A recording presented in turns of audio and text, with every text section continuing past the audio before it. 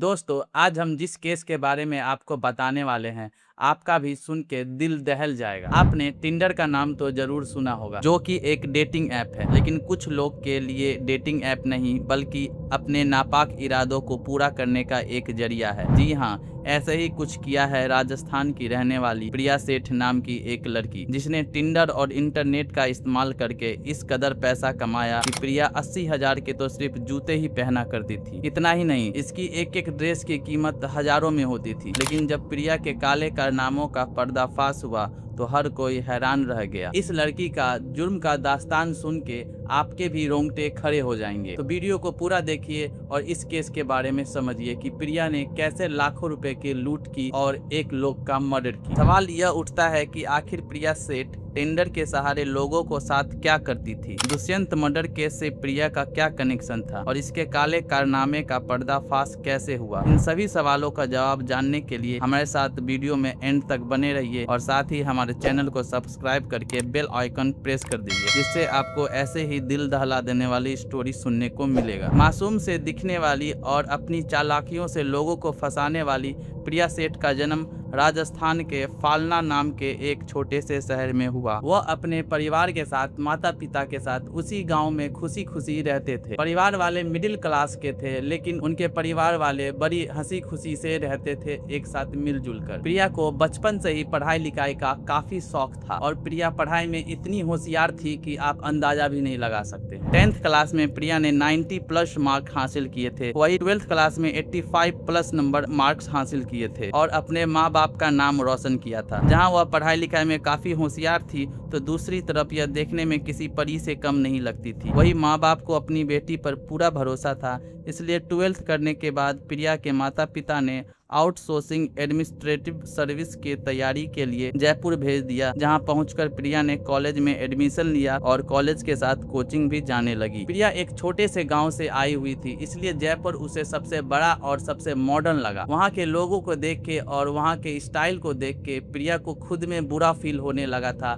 कि मैं ये कहाँ आ गई हूँ। वह इस शहर के चकाचौंध में इस तरह हो गई थी कि उसे खुद में शर्म आने लगा था कि अब मैं यहाँ कैसे सेटल होंगी। वह कुछ बड़ा हासिल करना चाहती थी। जब वह बड़ी बड़ी गाड़ियाँ देखती थी तो उसे लगता था ये सब मेरे पास होना चाहिए। वो उसको कैसे भी हासिल करेगी, तो वह कैसे भी किसी तरह से बहुत सारा पैसा कमाना चाहती थी, वो भी जल्द से जल्द। लेकिन परिवार वाले मिडिल क्लास था, जो प्रिया के महीने भर के लिए खर्च के लिए 20,000 ही भेज पाता था और अब पैसा प्रिया के लिए काफी नहीं थे। इसलिए उसने ज्यादा पैसे कमाने की चाह में पढ़ाई के साथ साथ नौकरी भी ढूंढनी शुरू कर दी। एक दिन प्रिया जब न्यूज़पेपर पढ़ रही थी, तब उसने न्यूज़पेपर में जॉब का ऐड देखा, जिसके बाद प्रिया ने फौरन उन्हें कंसल्ट नंबर पर कॉल किया। और जब उसे पता चला कि यह एजेंसी का नंबर है जो लड़कियों को बिजनेस करती थी, एजेंसी वाली ने प्रिया से कहा कि अगर वह कॉलेज की जवान और खूबसूरत लड़की को उसके पास लाकर आएगी तो उसके बदले वह लोग को बहुत सारे पैसे देंगे। यह सुनकर पहले तो प्रिया ने इस काम से मना कर दिया, लेकिन जब पैसे का नशा उसके सिर पर चढ़कर बोला तो उसने इस बिजनेस में उतरने की ठान ली और वह स्कर्ट सर्विसेज प्रोवाइड करने वाली एजेंसी के लिए काम करने लग गई। साथ ही कॉलेज की लड़कियों को बहला फुसलाकर इस काम में जोड़ने में लग गई, जिसके बदले में प्रिया को काफी सारे पैसे मिल जाते थे। जिस लड़की के माँ बाप ने भरोसा करके जयपुर पढ़ने के लिए भेजा था, वह लड़की अब स्कर्ट सर्विस का बिजनेस करने के बाद पूरी तरह से बदल चुकी थी। सिगरेट और शराब पीना तो प्रिया के लिए एकदम आम सी बात हो गई थी। प्रिया बिल्कुल बदल चुकी थी। इसी तरह कुछ टाइम तक प्रिया ने अलग अलग कंपनियों के लिए काम किया और जब इस बिजनेस को हैंडल करने का पूरा तरीका उसे पता चल गया तो उसने अपनी ही स्कर्ट कंपनी का वेबसाइट साल 2014 में लॉन्च कर दी। लेकिन यह वेबसाइट प्रिया ने लोगों को लड़कियां अवेलेबल करवाने के लिए लॉन्च नहीं की थी, बल्कि ये साइट तो उसने लोगों को ठगने के लिए बनाई थी। दरअसल जब कोई कस्टमर इस वेबसाइट के जरिए प्रिया को कॉल करता था तो वह उसके, और जब कस्टमर उनमें से किसी एक लड़की को पसंद कर लिया करता था, तब वह उससे बदले पैसे की मांग करती थी और एक लड़की कीमत एक रात के लिए करीब 25 से 30,000 तक बताती थी। हालांकि ज्यादातर कस्टमर प्रिया को ही पसंद किया करते थे, क्योंकि वह देखने में बहुत खूबसूरत थी। इसलिए जब कुछ फाइनल हो जाता था तब वह कस्टमर को मिलने के लिए बुलाती थी और उससे अच्छे से बात करके एडवांस में ही पूरे पैसा ले लेती थी और कस्टमर का पैसा बोलती थी कि मैं कार में रख के आती हूँ। उसके बाद प्रिया फरार हो जाती थी और उसका कस्टमर वही इंतजार करते रह जाता था। देखते ही देखते प्रिया ने अपनी चालाकी से बहुत लोग को ठग लिया। अब उसके पास काफी पैसे जमा हो गए थे। वही पैसों की वजह से प्रिया के शौक भी काफी महंगे हो चुके थे। आपको जान के हैरानी होगी कि प्रिया से 30 से 50 हजार तक सिर्फ जूते ही पहना करती थी और इस कपड़ों की कीमत भी हजारों में होती थी। इतना ही नहीं, प्रिया का अपना पर्सनल महीने का खर्च 2 से 2.5 लाख पार कर जाता था और यह पैसा उन लोगों का ही होता था जिन्हें प्रिया ठगा करती थी। हालांकि उसके खिलाफ किसी भी ने अभी तक पुलिस रिपोर्ट नहीं कराई थी। इस बात का फायदा प्रिया भी उठा रही थी। लेकिन जब 2014 में एक शख्स के साथ ऐसे ही प्रिया ने ठगी का अंजाम दिया तो वह शख्स तुरंत पुलिस में जाके कंप्लेन कर दिया। इसके बाद प्रिया को गिरफ्तार करके पुलिस स्टेशन भेज दिया गया। लेकिन कुछ दिन के बाद ही प्रिया उस पुलिस स्टेशन पे बाहर आ जाती है। जेल से आने के बाद मानो तो प्रिया का हिम्मत तो और बढ़ गई थी, जिसका सबूत उसने इसी साल 2014 में ही दे दिया। दरअसल प्रिया जब एक बार एटीएम से पैसे निकालने के लिए गई तो उसने चुपचाप गैस कटर की मदद से एटीएम के अंदर पैसे रखने वाली जगह को ही काटना शुरू कर दिया। रास्ते में गुजर रहे जब लोगों ने उसे चोरी करते हुए देखा तो फौरन पुलिस के हवाले कर दिया। लेकिन इस बार भी कुछ महीने में जेल रहने के बाद प्रिया को दोबारा आज़ाद हो गई और फिर उसने इसी बिजनेस के जरिए लोगों को ठगने लगी। और फिर आया 2015 जब प्रिया को ठगी का एक और नया रास्ता मिल गया। दरअसल इस वक्त टिंडर डेटिंग ऐप लोगों के बीच काफी फेमस हो रहा था। लोग मौज मस्ती करने के लिए अपने पार्टनर की तलाश में टिंडर ऐप का सहारा ले रहे थे। प्रिया ने इसी ऐप को भी अपना ठिकाना बना लिया, जहां वह पहले कुछ दिन लोगों से बात करती थी, इसके बाद दोस्ती करती थी, फिर उसने मिलने के लिए बुलाती थी। जब कोई पूरी तरह से उसके जाल में फंस जाता था तो वह उसके साथ कुछ अश्लील फोटो खिंचवाकर अपने पास रख लेती थी और फिर इन्हें फोटोज के जरिए उस शख्स को ब्लैकमेल करना शुरू कर देती थी। ब्लैकमेलिंग के चक्कर में प्रिया ने लाखों रुपए ठगे और टिंडर एक नया जरिया बन गया था लोगों को ठगना। प्रिया 35 और 45 के उम्र के लोगों को ही अपना शिकार बनाती थी, क्योंकि लोग डरे रिपोर्ट कराने से कि मैं उससे ब्लैकमेलिंग हो रहा हूं ऐसे, क्योंकि वो लोग शादीशुदा रहते हैं और अपने बाल बच्चों का ख्याल रखते हैं कि अगर मैं ऐसा करूंगा तो आगे चल के मेरा क्या होगा।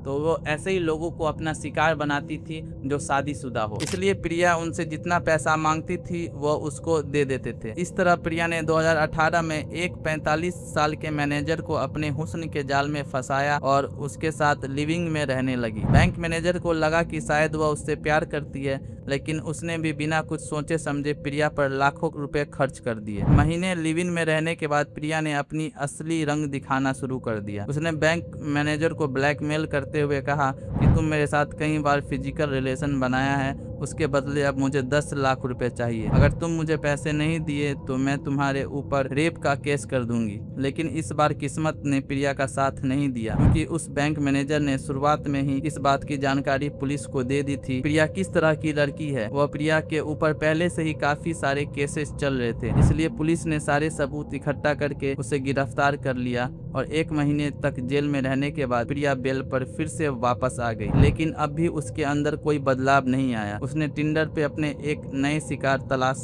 करना शुरू कर दिया, जिसकी उसकी बातचीत विवान कोहली के नाम से हुई, जिसने उसे बताया कि वह एक बिजनेसमैन है और दिल्ली में रहता है। अब प्रिया को तो अमीर लोग ही पसंद थे, इसलिए दोनों में बातचीत के बाद मुलाकातों का सिलसिला शुरू हो गया। इसी दौरान 2018 के फरवरी महीने में टिंडर पर प्रिया की मुलाकात एक 21 साल का दीक्षांत नाम के लड़के से हुई, जो कि मुंबई में एक मॉडल और प्रोड्यूसर था। प्रिया ने इसे भी अपने जाल में फंसा लिया, यहाँ तक कि दीक्षांत उसके प्यार में इस कदर पागल हो गया था कि मुंबई छोड़कर वह किराए पर अपार्टमेंट ले लिया और सोसाइटी में ही दोनों ने अपने आप को हस्बैंड वाइफ बताया। दीक्षांत के अपार्टमेंट के पास ही उसका एक दोस्त लक्ष्य भी रहता था, जिसकी उम्र 20 साल थी। आपको बता दे कि इस बार प्रिया को भी दीक्षांत ने सच्चा प्यार हो गया था, इसलिए दोनों ने लिव इन में रहना शुरू कर दिया। जब एक दिन प्रिया को पता चला कि दीक्षांत करीब 1.5 लाख के कर्ज में है, तो उसने पहली बार विवान कोहली के बारे में बताया, जिससे उसकी मुलाकात टिंडर पे हुई थी। उसने दीक्षांत से कहा कि तुम कर्ज से बिल्कुल फिक्र मत करो, मैं समीर बिजनेसमैन को अपने जाल में फंसाकर ब्लैकमेल या किडनैपिंग के जरिए पैसे वसूल लूंगी, इस तरह से तुम्हारा कर्ज उतर जाएगा। प्रिया ने अपने इस प्लान में दीक्षांत के अलावा उसके दोस्त लक्ष्य को भी शामिल कर लिया। सब कुछ तैयारी करने के बाद प्रिया ने विवान को मिलने के लिए जयपुर में बुलाया, जो उसकी एक आवाज पर जयपुर पहुंच गया। और यहाँ आपको बता दे कि विवान कोहली नाम का कोई शख्स था ही नहीं, बल्कि विवान कोहली का असली नाम दुष्यंत शर्मा, जो जयपुर में ही रहता था और एक प्राइवेट माइनिंग कंपनी में मैनेजर के तौर पे काम करता था। दुष्यंत शर्मा की 3 साल पहले शादी भी हो चुकी थी। उसका एक 1.5 साल का बेटा भी था। पर टिंडर पर दुष्यंत ने अपने आप को प्रिया के सामने विवान कोहली नाम से इंट्रोड्यूस किया था और उससे कहा था कि वह एक बिजनेसमैन है। इस तरह 2 मई 2018 की शाम को 7 बजे विवान कोहली और दुष्यंत शर्मा जयपुर के शिवपुरी एक्सटेंशन स्थित घर से पिता की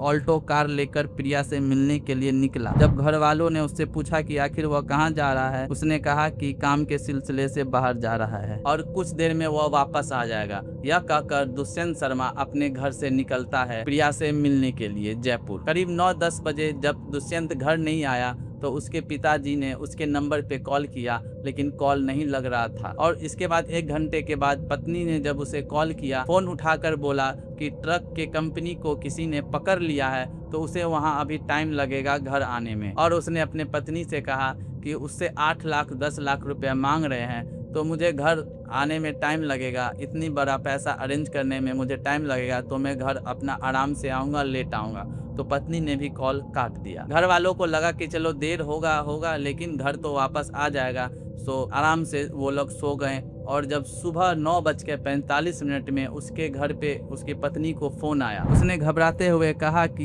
ये लोग जितने पैसे मांग रहे हैं इन्हें जल्दी से दे दीजिए और मुझे बचा लीजिए, नहीं तो ये लोग मुझे मार देंगे। इससे कि पहले दुष्यंत के पिता उससे कुछ कह पाते, अचानक ने लड़की ने हाथ में फोन ले लिया और उससे कहा कि मैं तुम्हें 20 मिनट का टाइम देती हूँ, अगर तुम अपने बेटे के अकाउंट में 10 लाख जमा नहीं किए तो मैं इसे मार दूंगी। यह सुनते उसके पापा ने कहा कि इतनी जल्दी 10 लाख रुपया तो इंतजाम नहीं हो सकता है, लेकिन मैं 1 से 2 घंटे के अंदर इसके अकाउंट में पैसे डलवा दूंगा। उधर से वो लड़की कहती है 20 मिनट के अंदर इसके अकाउंट में 10 लाख रुपए ट्रांसफर करो, नहीं तो आपके बेटे को मार दिया जाएगा। यह कहकर प्रिया ने फोन रख दिया। उसके पिता तुरंत बैंक गए और फौरन 10 लाख रुपया बैंक अकाउंट में उसके ट्रांसफर करा के जब रसीद उसके हाथ में थी तो उसने सोचा कि क्यों ना मैं पुलिस को भी यह बात बता दूं। और उसके बाद उसके पिता ने फौरन पुलिस स्टेशन जाके सारी बातें पुलिस को बताई। पुलिस ने भी देरी ना करते हुए छानबीन शुरू की, लेकिन उनके हाथ कुछ भी नहीं लगा। उधर दुष्यंत के घर वाले उसके गम में रो के बेहाल हो चुके थे।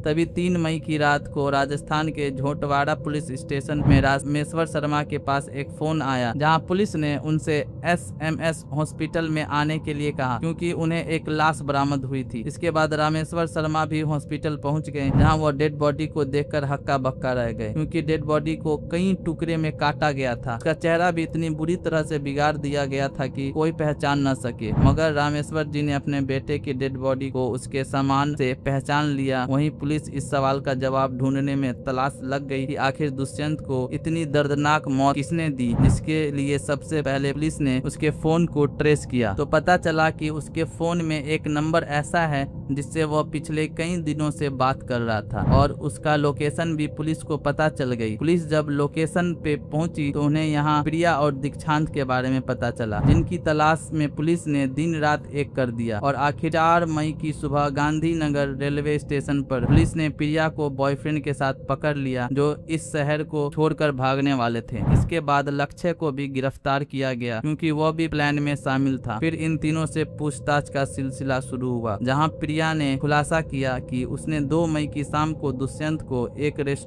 में मिलने के लिए बुलाया था और फिर वह उसे लेकर अपने अपार्टमेंट में चली गई थी, जहां दीक्षांत ने उसे पकड़ लिया और उसके हाथ पैर बांध दिए और उसके साथ बहुत मारपीट की। इसी दौरान प्रिया जब ने दुष्यंत के पर्स से पैसे निकाले तब उसका ID कार्ड मिला, जहां विवान कोहली का नाम की जगह दुष्यंत शर्मा लिखा हुआ था। और यह देखकर प्रिया समझ गई दुष्यंत ने उसे विवान बनकर पागल बनाया। इसी गुस्से में उसने दीक्षा से दुष्यंत के मारने के लिए कहा, क्योंकि अब वह इस प्लान को चौपट हो गया था, जिसे वह एक अमीर बिजनेसमैन समझ रही थी। वह एक मामूली सा मैनेजर था। इसलिए पहले दीक्षांत ने दुष्यंत का गला दबाने का कोशिश की, लेकिन जब वह नहीं मरा तो प्रिया ने किचन से एक चाकू लाकर दीक्षांत को दिया। फिर उसने दुष्यंत के गले पर 10-15 वार किया, जिस वजह से उसकी मौत हो गई। उसके बाद प्रिया ने बाजार से ट्रॉली बैग खरीद कर फिर इन लोगों ने मिलकर दुष्यंत के शरीर के कई टुकड़े किए और इस बैग से भरकर आमिर की पहाड़ियों के पास फेंक दिया और यह ट्रॉली बैग अगले दिन पुलिस को मिला।